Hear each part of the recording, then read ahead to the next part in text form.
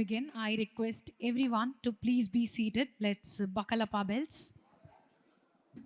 Coming 2 minutes, we're going to start the session.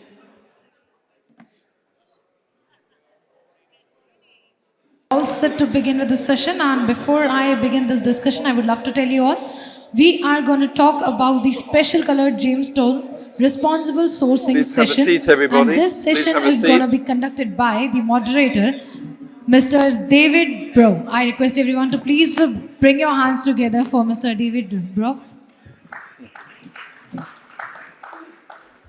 Thank you very much, everybody, for coming along today. Firstly, we have a short announcement to make. I'd like to ask Jennifer Hebner to come on stage, please, and make an announcement.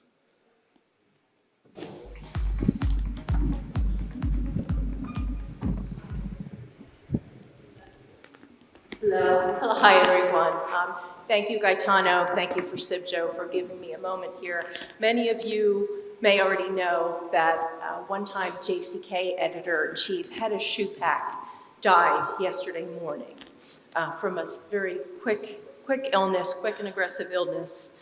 Hedda was a force in this industry for over 30 years. She worked her way up at JCK from production editor to editor-in-chief. She was passionate about jewelry design and really carved a niche for it in JCK magazine. She did a phenomenal job leading the design department. As editor-in-chief, she was the best boss many of us had ever had. She led by example. She was a friend and mentor to so many people. We all learned so much from Hedda, and she was at the helm of JCK at a time when we were winning a lot of journalism awards. And Hedda, she was just instrumental in all of that. She gave everyone a voice. She let everyone have experience.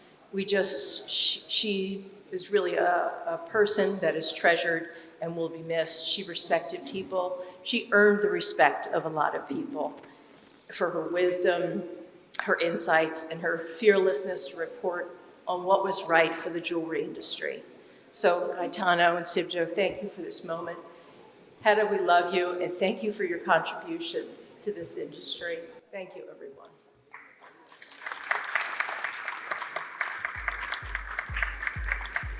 Thank you very much, Jennifer. I remember Hedda also. She was always extremely nice and helpful to me, a very professional person. So thank you very much, Jennifer.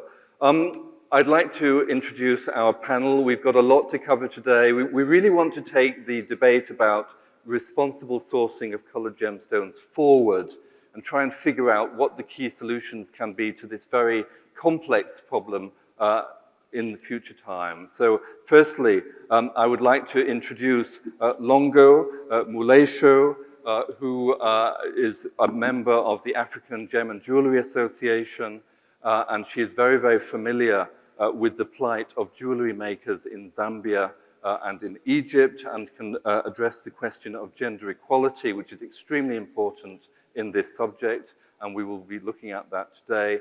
Doug Hucker, who is the CEO of the ICA, the International Colored Gemstone Association. Delighted to have met Doug here during this week. Damien Cody, who is the president of the ICA, known to you very well, I'm sure. And Sean Gilbertson, CEO of Gemfields, representing the industrial side of this debate. And very, very pleased to have met Sean this week too. And Kim Collins, the president of AGTA, the American Gem Trade Association. Delighted to have you with us, Kim. John Ford, namesake of the famous movie director. Delighted to have you, John, CEO of the AGTA. And Jenna White, who is a research scientist with the Colorado School of Mines, who will be presenting her research to us at the beginning of this discussion. And Sunil Agrawal, who is the CEO of Vaibhav Global, which is a jewelry manufacturer here in Jaipur, and also has gem-selling TV stations in the United States. So delighted to have you all with us. I'd like now to ask John if you would kindly present Jenna, and then we'll listen to Jenna's research and see her presentation.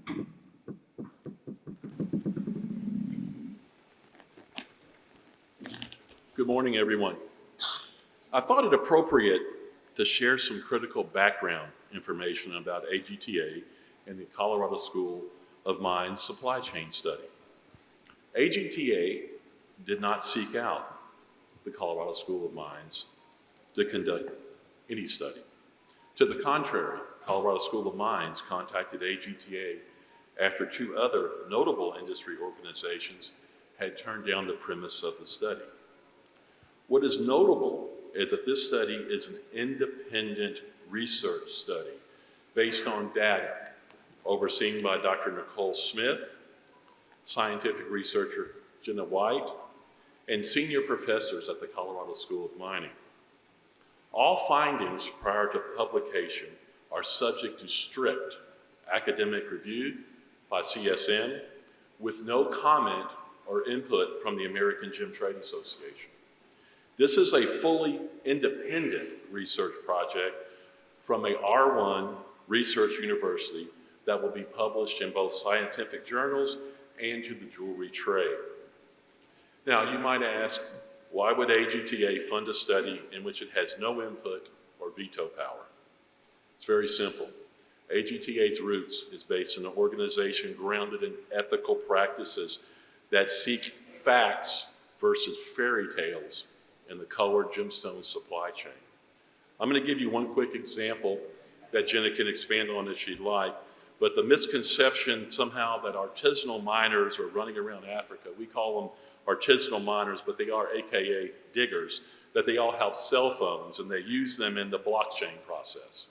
We've learned a lot of interesting facts in this study so far, and there will be more. At this point, I'm going to ask Jenna to come up because there's a lot of interesting findings that we would like to share with you today. But this is an ongoing project, and we will have more facts to share with you in the future. And again, these are facts, not opinions. I would like to introduce Jenna White, scientific research specialist from the Colorado School of Mines. Jenna?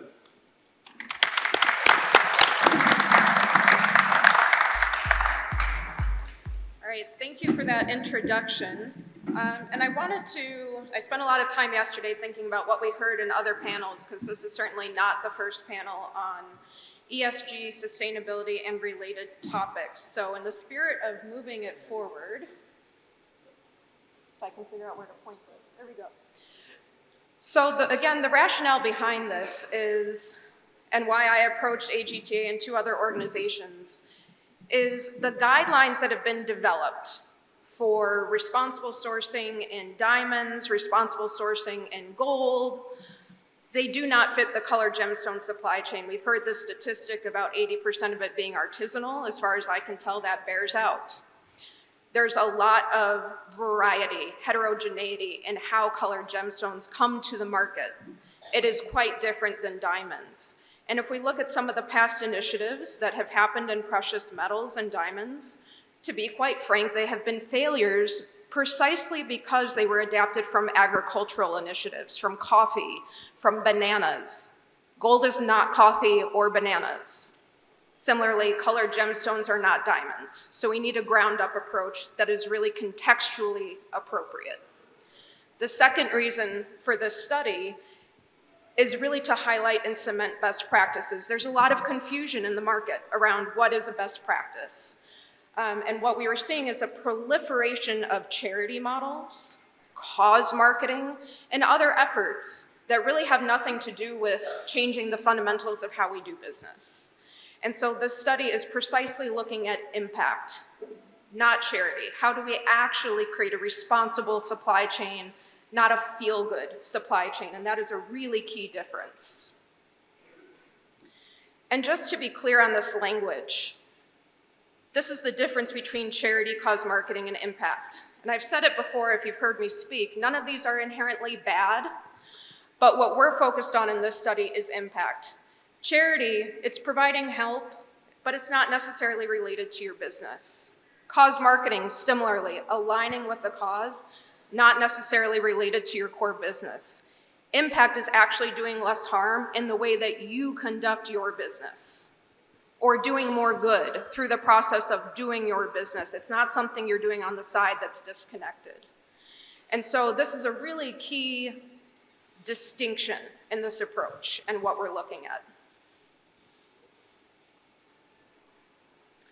So again, the shared goal between Colorado School of Mines and AGTA is to identify and cement best practices in color gemstone transparency and traceability. And you'll note we left out the words responsible, sustainable, all of that, which is, we're still arguing about terminology, and I think we'll probably get to that on the panel later, but I think we can agree that transparency, reducing the opacity in the supply chain is a goal that hopefully we all share. And I want to acknowledge a comment that was made yesterday, and I think it may have gone unnoticed, but it is critically, critically important. Jewelry is a very complex system, so thank you, Professor, for mentioning that. You teed me up well for today. When we think about supply chains, we tend to think about them as being linear, and I hear a lot of discussions, and the number one question I get is blockchain, blockchain, blockchain. Blockchain works well for things that are linear. A leads to B, to C, to D. We think the supply chain is miner to trader, cutter, buyer, jeweler, market. That is just not so. The color gemstone supply chain is not linear. It does not look like this model on the top. It looks much more like the one on the bottom. Goods move around. They're not easily tracked and traced. They exist in social networks that are very complex. So one thing we're looking at is the gemstone itself might not be the right unit of analysis. We're really looking at networks of people. To put that in simple language, we always talk about trust in this industry. You trust people, you don't trust stones. So we need to keep this idea of complexity and working in a complex system in mind. So just think, the supply chain looks much more like the bottom than the top here. How is this different? Well, I hear some linear speak, and here's some key distinctions when we're thinking about a linear system, that one on the top, versus a complex system. One is, when you're in a complex system, there is often a temptation to do short-term fixes, but because you don't understand the intricacies, you're not looking at the whole system, very easy to have negative unintended consequences, and I will talk about some that I have seen in the field. Good intentions, the right spirit, unintended negative consequences because you're operating in a complex system. The other thing that we keep hearing is talking about other people in the supply chain. But in systems thinking, which is an academic discipline, it requires that you look at your own position in the system first, and you look at your behavior and what you personally can control, not just looking to others to change their behavior. So we'll talk about that quite a bit today. But there are some key differences. So this idea of complexity, I keep harping on this because we have to shift our thinking when we're talking about social and environmental responsibility. There is no way this industry will make progress if we keep thinking in a linear model. We have to think about the complexity of the supply chain to make these changes a reality. There's just no way around it. So what can I share today? It's initial raw findings. Again, it's been vetted with my advisors and my committee. But these findings are being triangulated with other ongoing research. The fully analyzed and synthesized findings will be shared out at the Tucson show in February. So this is just an initial sampling of some things that we're seeing as part of this research over 3 months, almost 4 months in the field, including a month living with miners in southern Kenya. We're doing really in-depth case studies here. This is not a pop-in, pop-out exercise. It's not a desk review. It is time spent in the field actually living and working alongside people in the supply chain. So again, I talked about best practices. Partnership. That's been a theme throughout this conference. And there's a big difference between partnership and charity. And these are some direct quotes I'd like to share. So I heard from a faceter, if I can cut stones for $10,000 and someone sends me money, we're business partners. It is offensive when someone brings a donation of rice or beans to someone who feels like they have a real business skill. They want to be your business partner. They don't want to be the recipient of charity. I have been told that by multiple people, that when someone comes with a donation, when they feel that they thought they were in a business transaction, they did not think they were the recipient of pity. And those donations really undermine building up these markets. Another quote, and again, this is highlighting a sentiment that I heard over and over again. If you give good prices, you won't need donations. So I've heard about some groups coming in that are trying to give exposure, but people are saying, but you're buying at throwaway prices, and because you're doing some marketing for me, I'm supposed to accept a throwaway price. That's not fair, but it's the only access I have. And people are very frustrated by that, exceedingly frustrated. Why do I have a picture of a Prado here, a brand new car? So when I was in Kenya, I talked to a miner, actually a mine owner, a woman, and she invited me to her home to meet her mother who had actually started the mine, owned the mine. Brand new house that was still under construction, 2 stories, custom pavers in the driveway, and she was driving a brand new Prado. The very next day, a trader on Instagram posted a picture visiting her mine, donating a bag of rice and beans, and said, if you buy from me, you're supporting struggling miners. I don't think someone who is driving a brand new Prado and lives in a 2-story mansion is somebody who is in need of a donation of rice and beans. And it was sort of a tongue-in-cheek thing of, I know you're doing it for marketing, you make more money when you sell the stone, and I will play this game. So we've talked a lot about telling the stories. My caution is, make sure the stories are based in fact, because these community members know the game they're being asked to play, and they're playing it to make a sale. But it doesn't take a whole lot of digging to verify or debunk the claims that are being made. So that's my real caution. Best practice is true partnership. It's not charity, and if you're doing charity, 1, people are being offended, or 2, they're in on it and they know that you're making a profit from it. We talked quite a bit about the SDGs, but I think we need to look at this at the lens of best practice, which is understanding local values. What are the local values around the Sustainable Development Goals versus ours? So an example I've seen is a project that donated solar panels. Well, those solar panels weren't from the community, no one there to service them. And also the community, when it's cloudy, which is about half of the year, these solar panels don't work and everything tied to this project doesn't work because there's no rural electrification. So it's a technological solution that is actually wildly inappropriate for the context. Probably better for your corporate office in a major city where you can get this service. Same thing when we're talking about gender equality. I keep on hearing about women miners. I asked a government official, I said, I keep on hearing about women miners in the community. It's all over Instagram, marketing materials. How many women in this community mine? There are no women who mine here, 0. I saw over 200 miners. I saw 1 woman in a tunnel, and that was the woman who owned the mine.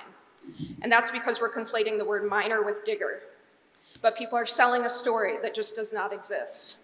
You ask them about what they do care about. Poverty alleviation. Who do they want to work with? People who pay good prices and who are selling their best stones to highlight the production of that area that they are very proud of. That's what they want. Fair prices for the material and to be treated like business partners. And let us not forget SDG 16 around peace and justice. When I was in southern Kenya, an artisanal miner neighboring to where I was staying was murdered over his claim. I heard other stories about intimidation tactics of groups in the area who had killed someone's father, put his head on a pike outside of his home as an intimidation tactic. So we can tell ourselves all these nice stories, but there are very real issues around peace and security that I know make us uncomfortable. They don't look nice and pretty in a CSR report, but this is what is really happening and where people want support. They're saying, help us change the laws, help us get protection, and treat us like real business partners. We don't need your solar panels or myths about women in mining when there just are not women diggers, nor do they want to be diggers. They play other roles in the supply chain. Another best practice is long-term. This goes along with partnerships. So I saw some fantastic faceting, and I asked these facetors, I said, where'd you get training? How'd you learn how to do this? Apprenticeship model. Decades working with someone, they were brought in-house, trained by someone who had this experience and truly taught them the craft through apprenticeship. In contrast, I've seen a lot of programs where people come in for a couple of weeks, a month at best, and make promises that people will be able to cut to an international standard in a matter of weeks. And I think most people in this room know that that's just not realistic or possible, and it's selling people a false hope.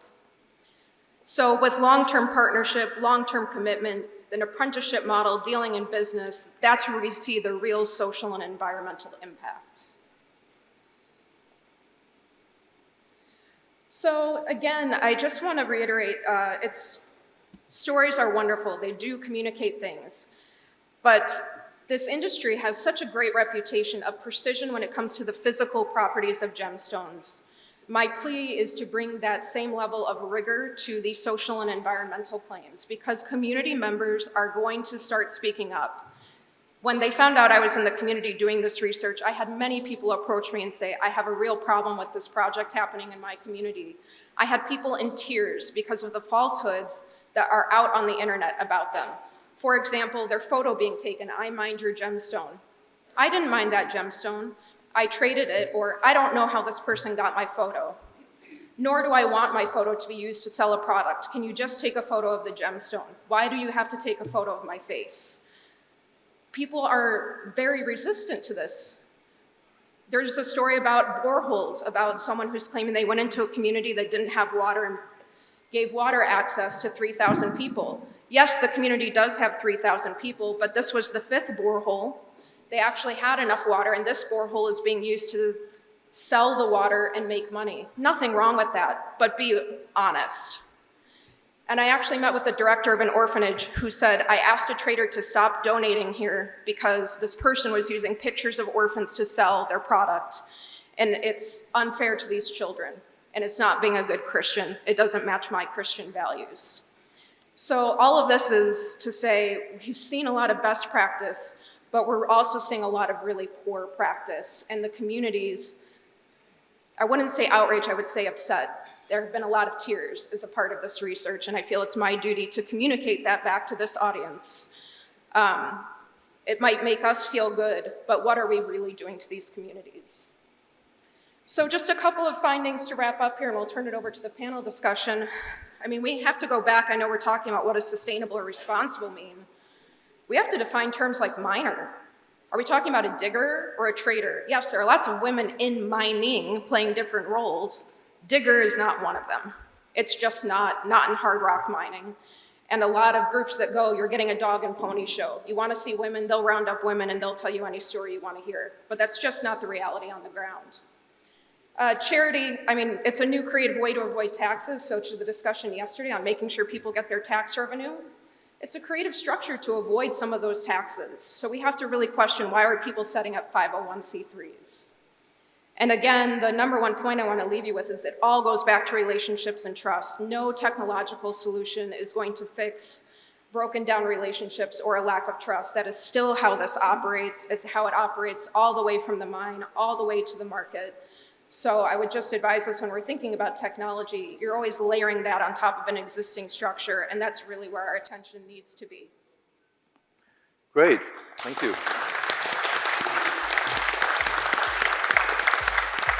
Thank you very much, Jenna, and thank you for sticking to time. So the discussion here is responsible sourcing in colored gemstones. So I think it is appropriate that we simply define this term before we really kick off. So just to follow up on what you were saying now, Jenna, how would you define this term, responsible sourcing in colored gemstones? So how I think about it, and this goes, I'm going to rip this off of a podcast I used to listen to called Everyday Ethics. ESG to me is an investor term, but everything else, corporate social responsibility, sustainability, responsibility, let's just lump it all into one bucket. So legal is what you have a right to do, ethics is what's right to do. And so I use that very simple definition, that is what's guiding this research. Okay. Would anybody like to add their own perspective on what responsible sourcing means? Open to all the panel.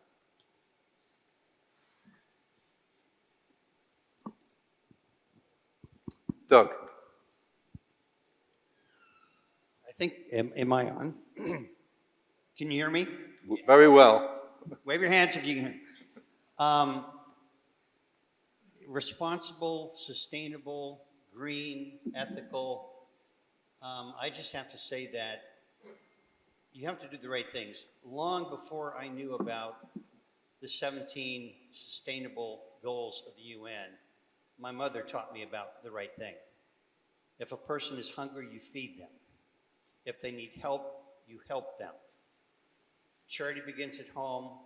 You make certain that the business you're involved in is profitable and good for you, but it has to be profitable and good across the industry. So that's the bucket I would throw it into, Jenna, is that you have to be doing the right thing for everyone involved. And Doug, can you just follow up by saying what ICA are doing in terms of responsible sourcing? I believe you're involved in certain beneficiation projects. Can you just tell us briefly about those and also what you're planning to do after this trip? Oh, okay. Give me a timer because I don't want to take up too much of your time here. We are here, ICA, we are here as individuals because we want to be part of this process. This organization, Sibjo, Gaetano, all of the people working on committees are doing wonderful things about defining goals, putting in processes to make our industry better. What we're doing as ICA, we want to be involved, we need to be involved in that, but we're also saying we have to do something right now, tangible, on the ground, to make people's lives better. So we developed Damien, his idea, Jim's Keep Giving. It's a fund where we are going to take care of artisanal miners and artisanal cutting communities, not by giving them donations, because you give people money and that gives them a little shot.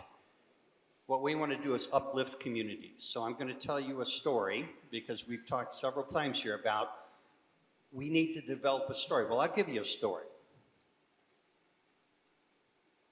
We went into Kamtonga, which is a village in Kenya, where one of our members is mining. She's a woman miner, and I guess you'd say she's a digger. She gets down in there and she mines in the dirt with these people. It's a small community, a few thousand people. They have a school that had 300 students, now 600 students, and they had no fresh water. So part of the job of the students in the morning before they went to school was to walk several kilometers to the river, or to the lake, I'm sorry, and to bring water back so that it could be boiled and it could be used for cleaning, cooking, and drinking. It was a hard scrabble lifestyle. In order to bring that community up, what we did was this. I'm not going to get into the dollars and cents involved, but we put together a project to bore a well so that they had fresh, potable water. We put in water for purification systems, bottling systems, and we power it when the sun's out with solar panels. It is a project that was instigated and organized by a woman. It is a community project now. Gems Keep Giving no longer has direct involvement in it, other than we'll be visiting and seeing how things are doing. The community controls the project. The community group that controls the project is comprised of 132 women and 92 men. Okay? If you want to improve a community, try to eliminate poverty. We brought water into the community. Instead of walking to the lake, now the children go out and they plant and they have the most amazing garden with produce you can possibly imagine. That to them is green. It's vegetables. And they've managed to produce enough to where they can sell the excess back into the community along with the water so that they can sustain this project without the help of charity from the outside. Everything that we look to do when we take a look at the sustainability goals of the United Nations have been done there. I encourage you greatly to go online and visit our Gems Keep Giving website. I'm going to Kamtonga in about 2 weeks, and we'll take in some more pictures. We'll have some videos and things up, but if you're interested in what we're doing, we're not changing the world. I wish we had the impact, Sean, with what you're doing with your company. We are a small organization, but we are on the ground, and community by community, we're going to go in and we're going to lift people up and make sure that they're taking care of themselves. Thank you. Very good. Thank you very much. I'd like to ask Kim, if I may, before I come on to Sean, Kim, to give your perspective from the AGTA's point of view, why you became involved in responsible sourcing, and also your feeling about gender equality right along the supply chain of colored gemstones, and what you feel can be done to address the issue of gender equality and improve the lives of women in the supply chain. Hello, everybody. I'm very grateful to be here at my first SIBJO. This is a tough panel, and even for me, this is a research study we're doing with the Colorado School of Mines. It's hard for me to hear it. I started my business in East Africa. I lived in Nairobi. I worked in Arusha. I feel like this is my place. The theme of this SIBJO Congress, for me, has been about education. And I listened to all these presentations yesterday, and it starts with education. And education is a multifaceted issue we have in this industry. I listen to bottom up, top down. It's every level of our industry that needs more education. The reasons we're doing this, the why AGTA embarked on this, and we thought this would be a good project for us. The first reason is for the industry. We've been talking about sharing our findings, sharing, corresponding with each other, collaborating. We did this. We spent our money to engage in a study that has not been done. We're talking about transparency. Everyone's talking about transparency. We're putting our money where our mouth is. We partnered with an R1 Research University that's third party. They have nothing to do with the gem jewelry industry. They're miners, they focus on mining, but their vested interest isn't to find out what's beautiful and what's perfect in our industry. They are determining best practices, and that's something that pertains to all of us here. We want to know what we can do that's right, okay? I know that was somewhat of a negative presentation because it's identifying what is actually happening. But from there, the next step is identifying how to do it better, how to support communities, how to support women in business, how to support the supply chain that's fully transparent from the bottom all the way to the top. And with regard to gender equality, do you want to address that? It's very important. Gender equality. Yeah. Listen, for me, I was just in Chicago at the Responsible Jeweler Conference there. And I listened to some of the ladies that flew in from Mozambique. And I had a lot of takeaways in that. And they also explained, actually, independently of Jenna was not there, the same thing that Jenna is finding. Very few women are true miners, very few. And however, they have a huge place at the mining site. But for us, and for propaganda purposes, we should not be saying, I mined your gemstone if I didn't mine your gemstone. I think of a miner when my stones come out of the ground as somebody that actually dug the stone, okay? So that's part of the transparency here. There's a big support system that can happen at the mining site. And one of the things Alba said yesterday, education. You know, the women they do a lot of transporting and moving the goods around. It depends on what locale we're talking about too. But I believe education at the mining site, education from the entire, whether we're in Sri Lanka, East Africa, Brazil, understanding what each community needs and what we can do better is really my answer. And I don't have all the answers yet. Yeah. But I know I'm a female in business. I was a self-starter. I know I was in those communities 28 years ago is when I started my business. And I know how it's changed. So I'm not going to shed negativity on this industry because I have risen up this from a little gem dealer that didn't really know what she was doing in my 20s, and here I am now, president of the American Gem Trade Association. So I am going to say, we are doing an awful lot of good for women, and I give credence to men, because I wouldn't be where I was if I didn't have the support of men in this industry. But lastly, there's a lot of people on this panel. I did want to say, in the words of Chairman Shaw yesterday, the reason, the big why that AGTA is doing this is consumer confidence should be protected at all cost.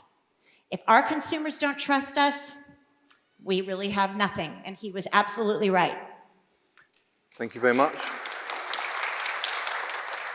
So I'd like to move on to Sean. I mean, Sean, you've got a unique role in this panel because in a way you're representing the industrial side of production of colored gemstones as the CEO of Gemfields. So what are Gemfields doing to promote responsible sourcing? Can you sort of outline very briefly what proactive steps you're taking? And again, please do address the issue of gender equality. That seems to work. Thank you very much, David. Let's take those in reverse order.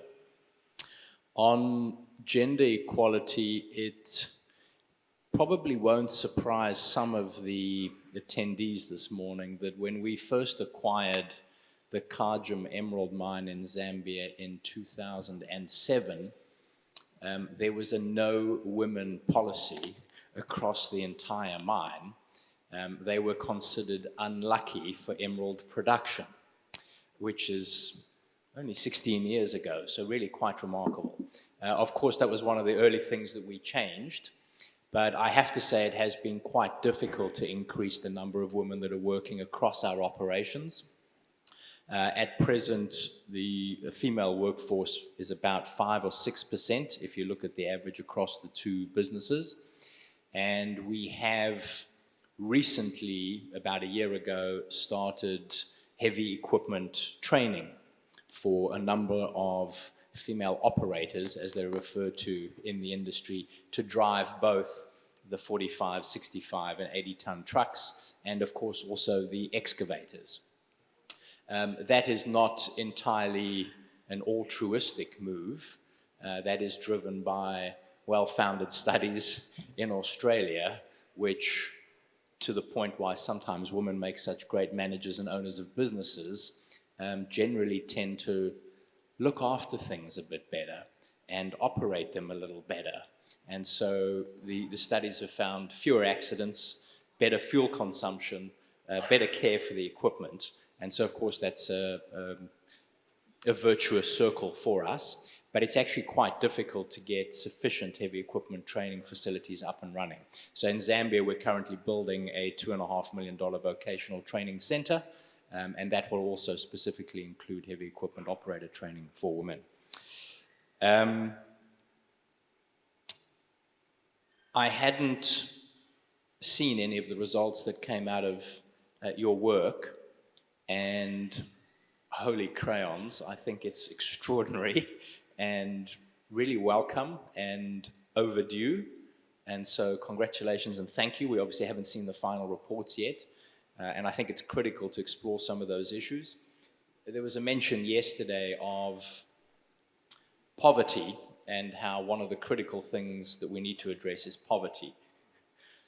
And it's always great to sit on a stage, having had 2 cappuccinos, and to pontificate the universe and talk about how we came to fix poverty. The reality is it's not an easy thing, and you have to be pushing many buttons at the same time. And I think, Jenna, one of the things you said there was awesome, which was identify the key leverage points and then deploy that over a long time with persistent effort. Quick fixes basically don't work. And in the discussion on poverty yesterday, corruption, particularly through an African lens, which is where we focus, and that's why I'm looking at the African lens, corruption keeps people in poverty. And that's prevalent in many countries on the continent. I think it's very true in a country like Madagascar, where you have millions of starving people. And they apparently only export $5 to $15 million worth of colored gemstones, which is garbage. The gemstones coming out of that country are worth $100 to $250 million per annum.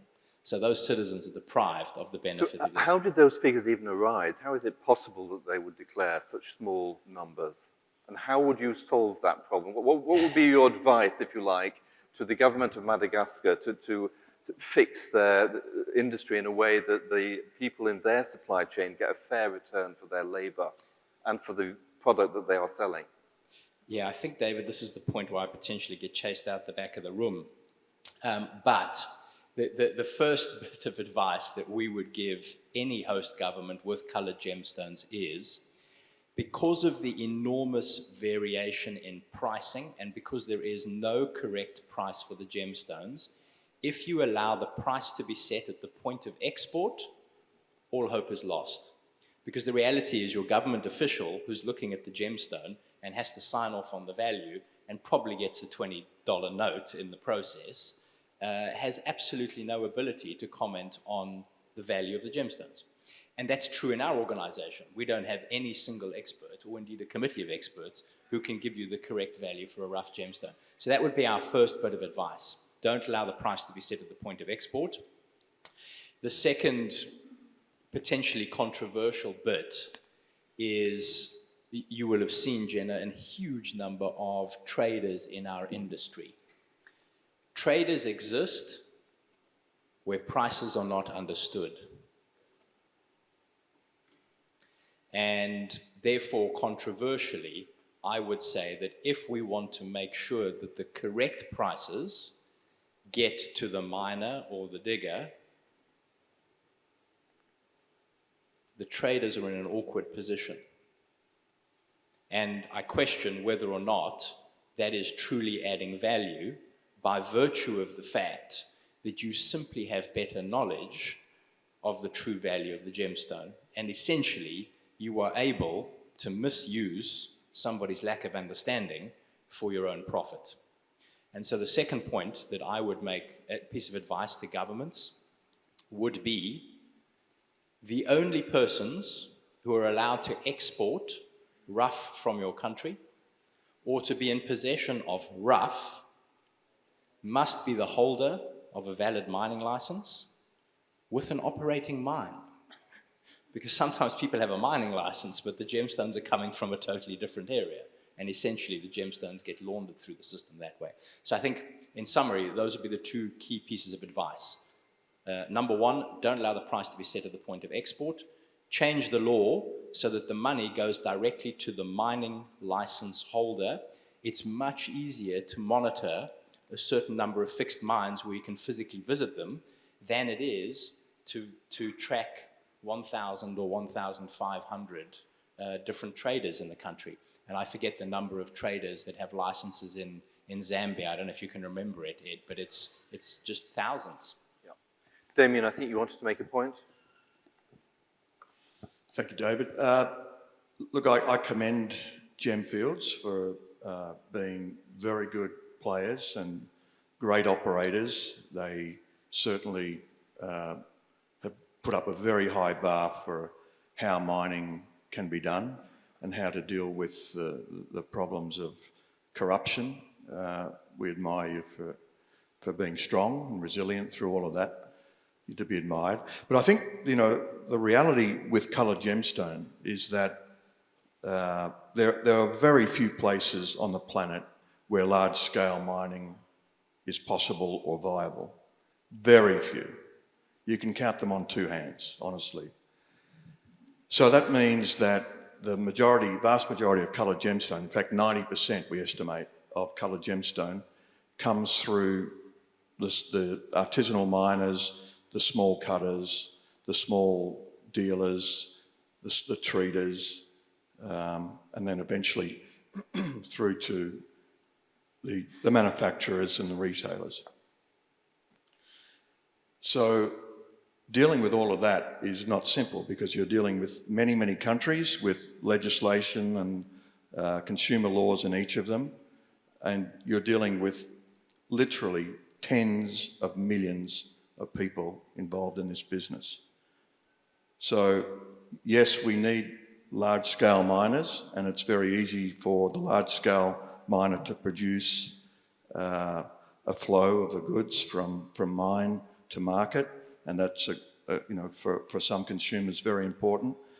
But there are some realities and practicalities that we all need to understand before we get too carried away. Yeah. So, Damien, could I ask you just as a follow-up, regarding the market for coloured gemstones, do you see a complete disconnect between, say, the artisanal diggers and the market realities of coloured gemstones, which is very constructive right now because the prices of rough rubies and emeralds, as Sean said yesterday, are clearly rising. And I go to shows like Gems Genève and I see how strong the market is for high coloured gems. Is there a disconnect between market realities of the gems and the plight of diggers? There's a huge disconnect, and that's, it's a very fragmented chain of supply. And I commend Jenna and AGTA for trying to get to the bottom of this very complicated system. You spoke about dealers, Sean, and our organisation represents some 1,000 of them. But the reality is that there's tens of millions of people involved, that aren't members of our organisation or AGTA or others. That doesn't mean that we shouldn't be looking after them and supporting them. The role of a dealer really is very understated. The reality is that a dealer, let's take, for example, a Jaipuri gem dealer, generational, very proud history for hundreds of years. So they're beautiful backstories. But let's just use an example of, say, a gem dealer in Jaipur. That dealer will go to the sources invariably, the mining sources, may or may not be dealing with artisanal small miners, but definitely dealing with small brokers.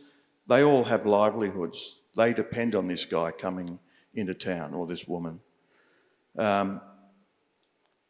That dealer is going to the enormous trouble of going to these locations, sourcing, using his knowledge to ensure that what he's buying is what he's hoping to be able to sell, taking it back, treating it, cutting it, sorting it, aggregating it, putting it into lots, putting it on a shelf, putting up hard-earned cash, a lot of money involved in having a supply of goods.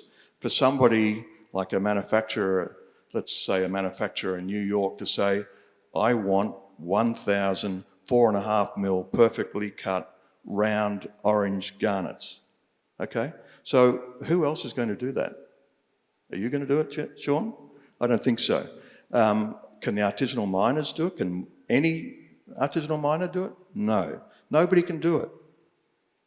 It's something that is, it's a role that is very, very important to our industry so that we can have these beautiful pieces of jewellery available to consumers around the world. It wouldn't happen any other way. So we've got to commend, we've got to celebrate these beautiful businesses like what we have in front of us here in Jaipur.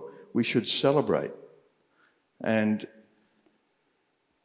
having, we also at ICA, we commend the RJC approach and the approaches of others, the Dragonfly Initiative. We commend all of that. It's very good. But the reality is that it can only go back a certain way. It can only involve very few players and very few gemstones. So yes, it has its use, but at the end of the day, we need to change the lives of the people at the pointy end. And I take your point that a beneficiation project can only do so much. But we've just seen what we've done with our project, and it is a beautiful thing. And the more all of us can do and get involved in those processes, it's a great thing. Ticking boxes, having audit programs, fantastic, commend it. But it's not going to change a thing. Okay, so let me travel a little bit along the supply chain for colored gemstones now and speak to Sunil. Sunil, Vaibhav Global is a manufacturer based in Jaipur. What are you doing in terms of trying to bring in more responsible cutting and polishing conditions in Jaipur? How can you improve the conditions for workers? Thank you, David. So we cut more than 100 different types of gemstones. We design around them, we manufacture our jewelry, and sell it through our own TV channels in US, UK, Germany. And we are a listed company, so supply chain is very important for us. We even publish a sustainability report every quarter. So when we buy locally, it was about 20 years ago, we insisted that we will only buy goods on invoice. We will never deal in cash. It was difficult initially, but it came around. We were able to do that. And when we travel to mines, I travel to mines sometimes, when people travel to mines, we insist that we import at full value. Now, that is very difficult for small miners or even small dealers in mining communities. But they find a way because we insist that we want it imported full value. They find a way. Sometimes they even have to export to another country and then export to us. Now, that ties to the point that a lot of panelists made, that it's very unorganized in mining area, and we have to make changes to make it possible for them to export officially at full value. Now, to that point, what I suggest can be done is to have different laws for artisanal or small-scale miners. They can't be at the same level at Gemfield or Fura. They have to be actually incentivized for being at full value. The incentivification or incentivizing is difficult expecting from many governments, because government is not the best allocator of the capital. So another way it could be, let me go back a bit. A couple of months ago, I was in one of the African countries, and I was buying from a lot of dealers, and we bought a lot of goods. But two small miners came. Can you fund us? We want excavator. We want explosives. Can you fund us? I went to one of the mines. I saw that he really needs it. But I had no way to make sure that the money that I fund would go to the mine. It may go to some old debt payment or some other things. I paid some money, but I have no way to fully fund that. So for that, we need a process of maybe cooperatives or maybe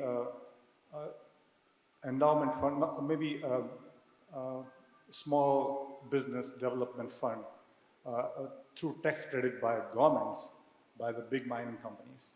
I'm not just talking about the gemstone, even the minerals. I read a report preparing for this panel by International Institute of Sustainable Development. And that report said there are 40 million artisanal small miners worldwide in 2017, compared to only 7 million in organized mining. Now, this is such a big universe. To create one process by one company is not possible, or one government is not possible. It has to be a sustained effort by large mining companies, or the government, or the brands like us to support them. Now, directly to support an individual miner is no way I could do that, or Cartier could do that. It has to be done through a cooperative or through Colorado Mines or through AGTA or through ICA. But there has to be sustained effort to create a cooperative which funds them. The three requirements that I saw, one was the technical know-how, other is the capital for funding, and third is the market. Because they don't have market to the point that Damien was making, that they can't get the full value if you don't create the market for them. So this cooperative or the government funding should be able to create that ecosystem for those miners or small dealers to come up. And it has to be a top-driven, it can't be bottom-driven, because they don't have voice. Yeah. It has to be done by us or the brands or the associations or the governments. Okay, thank you very much. I'd like to move on to Longo now, moving along the supply chain of colored gemstones to jewelry makers. You are face-to-face with jewelry makers in Zambia and also in Egypt.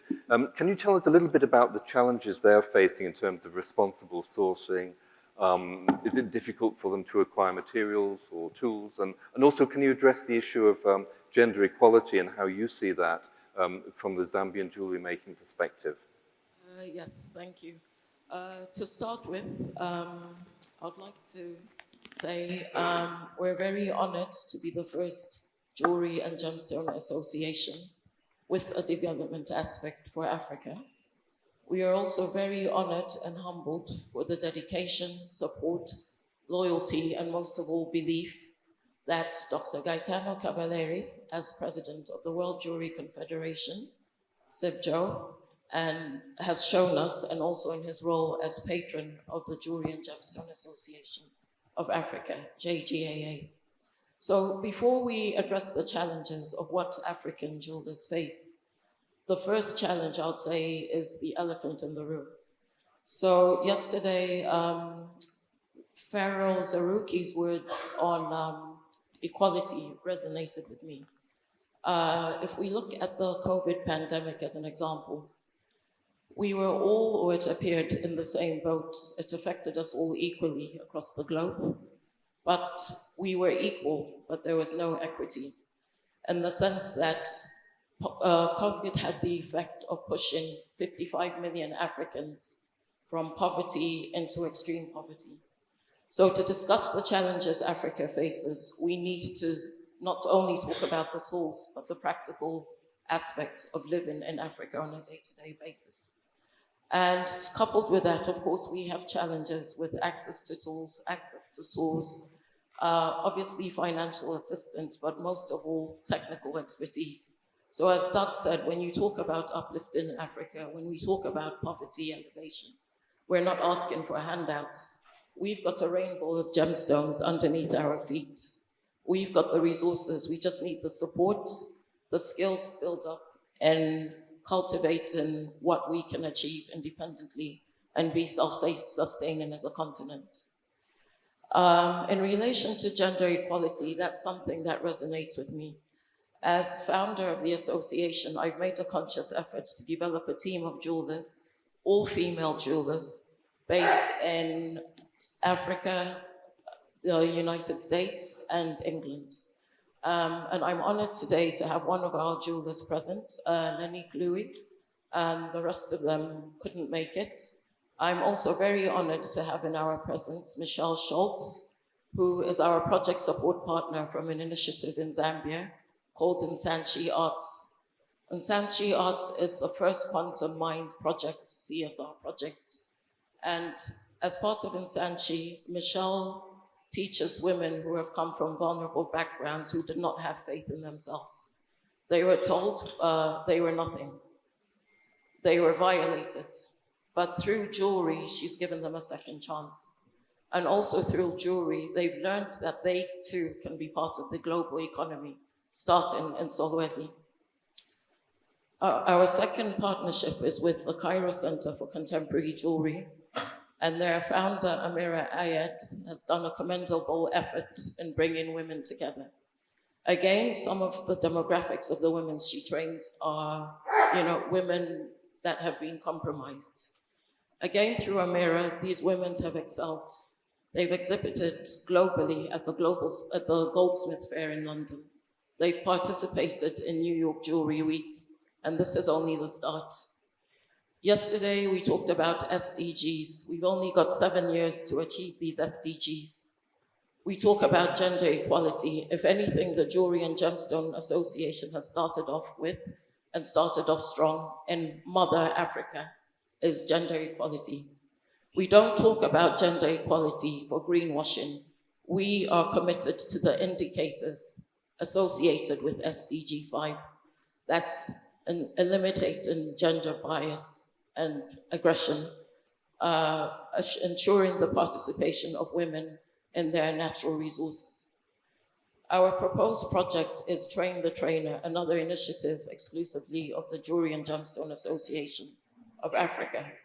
Our hope and aspiration is to bring the women from Insanchi Arts in Zambia to Cairo for an educational exchange lasting a month, where they'll tour Luxor, Aswan, and make jewelry, because it goes without reason that Egypt is one of the ancient civilizations of Africa.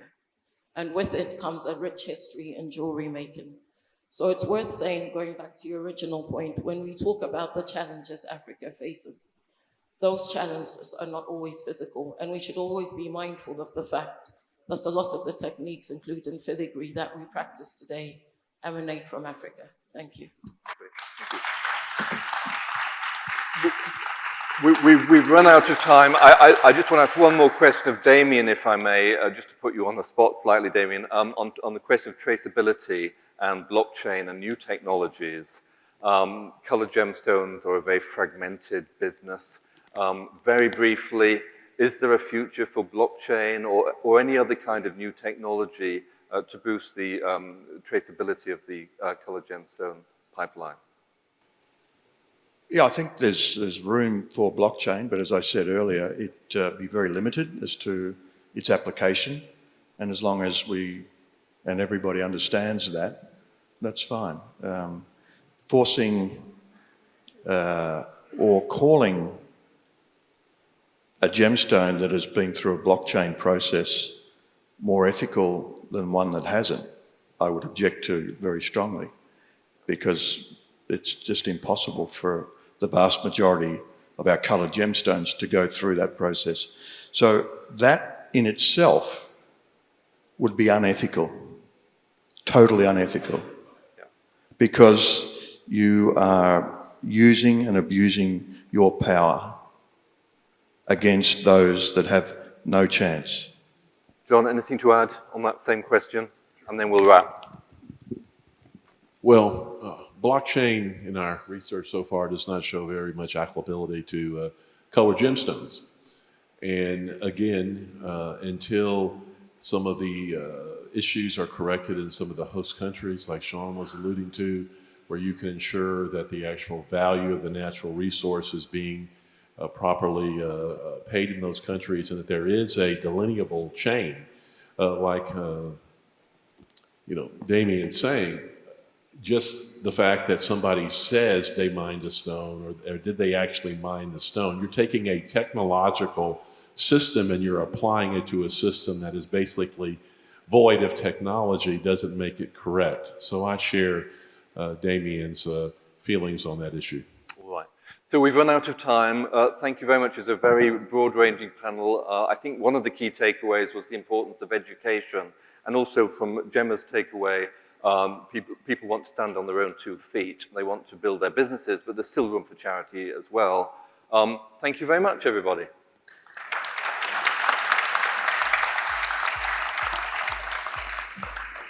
Cool. Thank you very much. It was very good. Thank you. No, it was absolutely fine. Good. Cool. Check. I would request all the speakers with us on the dais to please be here. There is a memento felicitation. For that, I would really request our president from SIPJO to please take over the stage. Gitano Caliveri. I got lost. Where? On the stage? Oh no, I was just charging around. I was ultra busy because I'm